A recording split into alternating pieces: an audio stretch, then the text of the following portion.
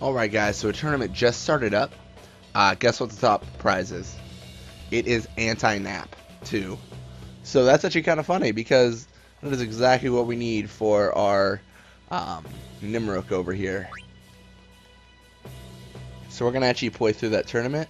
And I actually did get seeded. That's why I didn't want to record that just so people saw that. But we're going to be going against the Kilka Beast. Our goal here, just to get first. Top scorer prize is Super Goalie, but nobody really cares about that. I'm like 100% sure everyone who learned Super Goalie has already learned Super Goalie on my team, except maybe Waka, but I don't think he can even learn it. So yeah, guys, let's do this. Yeah. You can learn anti-nap? Doesn't matter, bro. Gonna learn it myself.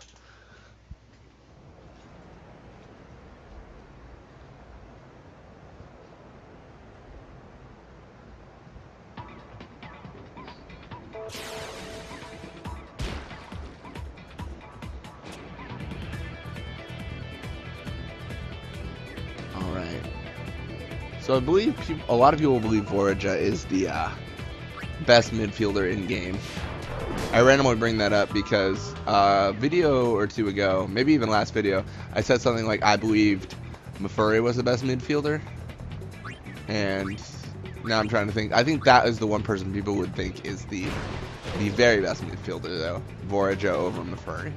Because his pass is insane when you reach the higher levels. Like he is definitely on that scale for impressiveness.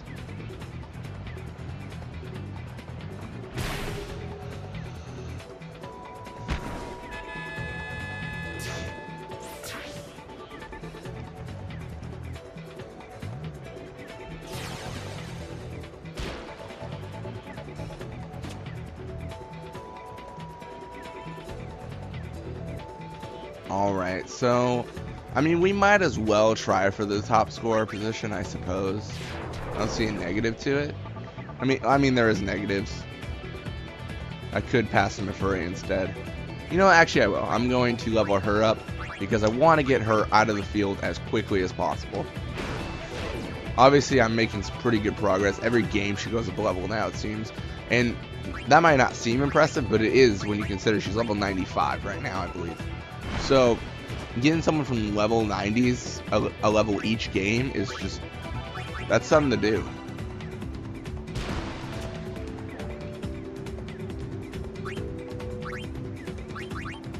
Anyways, we'll probably have some negatives here with this buddy guy. Buddy guy pal over here trying to be cool. I don't even know who it is. I wasn't paying attention. Oh, it's Eager. He's pretty eager to get knocked out. Oh, that's a knee slapper. It really is, yeah, by the way. Incredible knee slapper. I should try to get anti-nap from shooting at the goalie, and then when I get it, just laugh because now I have no need to win this tournament. That would be pretty funny. But Nimrook is an incredibly low level right now to where I don't even know if he can learn it. He probably could, but I don't think he could. I don't know. I know nothing. That's all you really need to know about this channel. I know nothing. And yeah, that's it. But I do know that passing Mafuri is the best option we have here. That's the one thing I do know.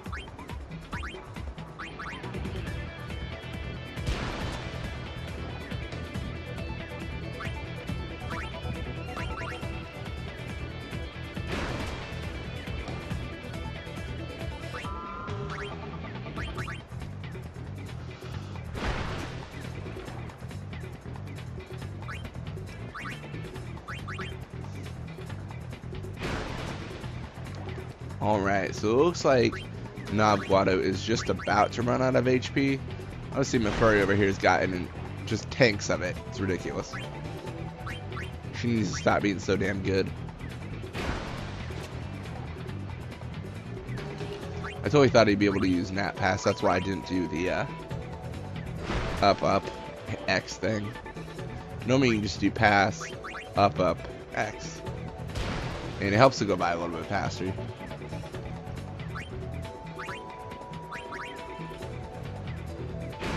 you know, have as many menus to go through. But I think just start a conversation regardless. It's nothing I haven't said a billion times before, but as you can see in my team, the main thing I have is the little triangle in the back. Navguado, Rope, and Mafuri, they're the sleep triangle. So they knock out all forwards that the enemy throws at me, and then I pass to my forwards to score goals. That's all I really need. Honestly, I don't even need to do that in a lot of cases. A lot of cases you see me score with just rushing some of my forwards. And the reason that happens that way is because a lot of my forwards are so good that they don't need to deal with any of the crap of putting people to sleep and any of that stuff. All I need to do is tackle through, pass, shoot. But just so people know how I think with this, I do think somewhat strategically, to where if I do face an opponent that can beat me, and normally that's through speed, who do I have to block them? And it's the people to sleep. It doesn't matter how fast my opponents are if they're already asleep. But anyways, we got Mafuri up to level 96. All good things. Wish we got more attack though. Yeah, her speed's going up though, which is good.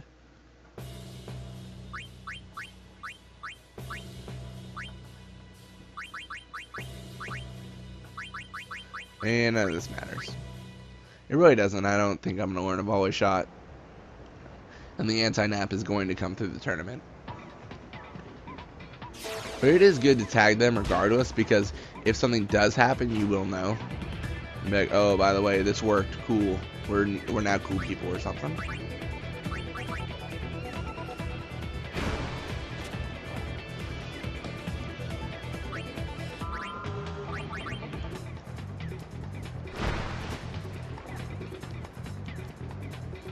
Oh, shoot, it's a boost. What a guy. It's a bus, I just realized.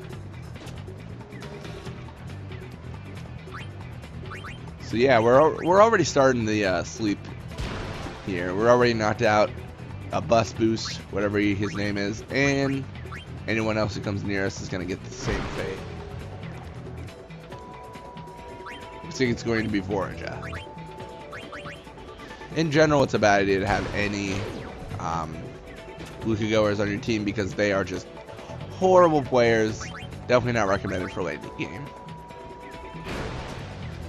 Yeah, the only late game players I can think of that are actually like on a default team would be people from like Ronso Fangs, Kilika Beast, and Potato Rocks. I know people are gonna be like, oh, but but all the Guadagoris, they're fast, and they're okay, but they're not the best. And the only reason I say Ronso Fangs is because the goalie is good.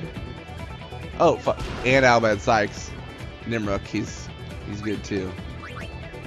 Everyone else you probably just want to like draw. And the Potato Orcs aren't even that good either. The Kilika Beast are where it's at, by the way. Their players have the most impressive abilities.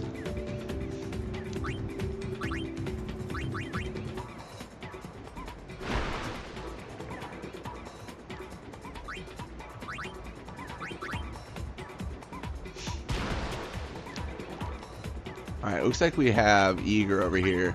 He's probably gonna come back. What a guy. I mean, that's okay. It makes sense. But it also makes sense that we're gonna complete this sleep triangle. I do kind of wish that the AI that was a lot smarter, because you see the AI doing just some bonehead moves, like defense shooting on my goal when no chance of success is there, and me using nap 90% of the time and then not equipping anti-nap stuff. Like, if there was a smarter AI, I feel like Blitzball would be a much more fun game. But I'll say this, I've said this before, I'll say it again. Blitzball is just one minigame in an entire game. It makes sense that they didn't spend 500 like developers making it. Like I would say developers like it's points. They use 500 developer points. That makes sense. That's not how it works. But anyways, yes. it makes sense that they didn't spend as much time on this as they did on the actual game. If that, yeah. That was a proper way to put it. But then they made 10-2 Blitzball, and people just hated that, so... I mean...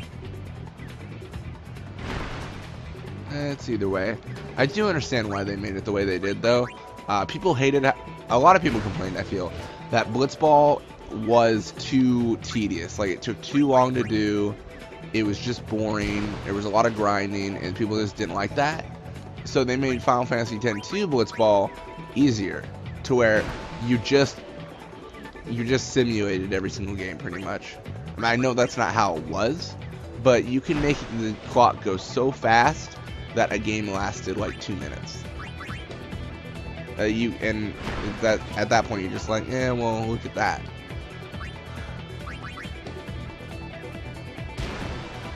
Yeah. Final Fantasy X Blitzball, you can't do any of that. You just have to stick with it forever until you hate your life or you defeat the Helmet Sykes at level 1.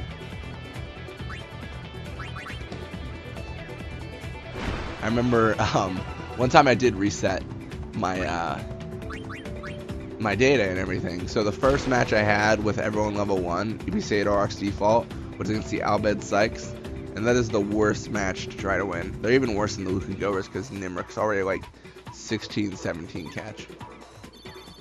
Looks like we hit 73 again. That seems to be our number with Furry. Either way, that's okay. We got Novglottal weapons, speed, endurance, path, all good stuff.